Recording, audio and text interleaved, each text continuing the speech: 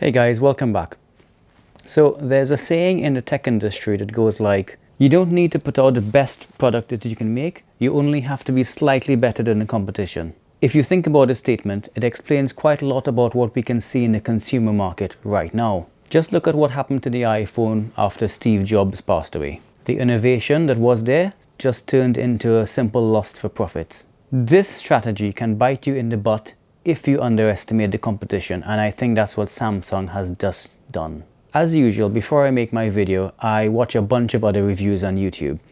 If you are here watching my channel, then you've probably seen a bunch of these as well. It's funny to look at the contrasting opinions of the mainstream reviewers. Most of them gush about the brand and say like, oh, it's the best upgrade ever, buy, go buy now. But then you have a few who are a bit more realistic and down to earth, and they objectively evaluate the upgrades and how they're going to actually add value to our lives. Talking about the Galaxy Flip 5, this year the upgrades were basically the front screen and the new hinge. These two things could have been done years ago, but I think they didn't because of the premise that I set out at the start of this video. If they put their best phone out straight away, then who's going to want to upgrade in 2 years time? Just look at the generational upgrades for the Flip. The original Flip from 2020 was just okay for a first gen product. The outer screen was basic and there was a massive gap when you folded the halves together. The next year they had the Flip 5G. The Flip 5G was basically the same phone design wise. The Flip 3 from 2021 gave us an infinitesimally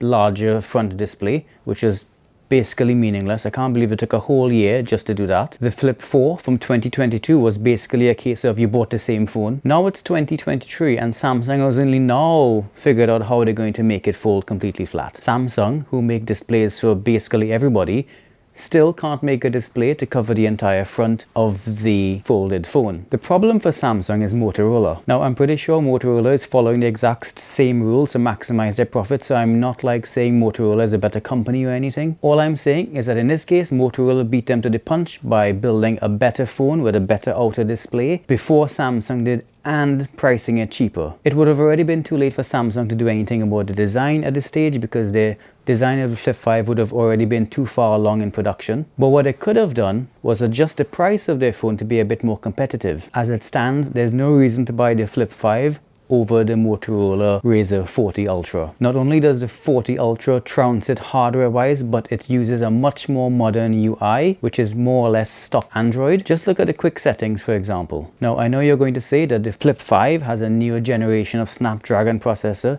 and yes, that is an advantage, but it's the only advantage. And a year from now, you're not going to be saying, oh, my phone has a 1 generation newer processor than yours, I can game at a 1% higher frame rate or something. You're going to be complaining about the other aspects of your Samsung phone, like the screen still doesn't cover the whole front, there's still a huge crease when you open it up. Things like that are going to be more of a lasting issue than what generation of processor you have. I can't believe that Samsung still insists on making this outdated, horrible looking trash. I swear, if it wasn't for the S Pen, I would not have a Galaxy device. My advice to you is if you want to get a flip phone, get the Motorola, forget about the Flip 5.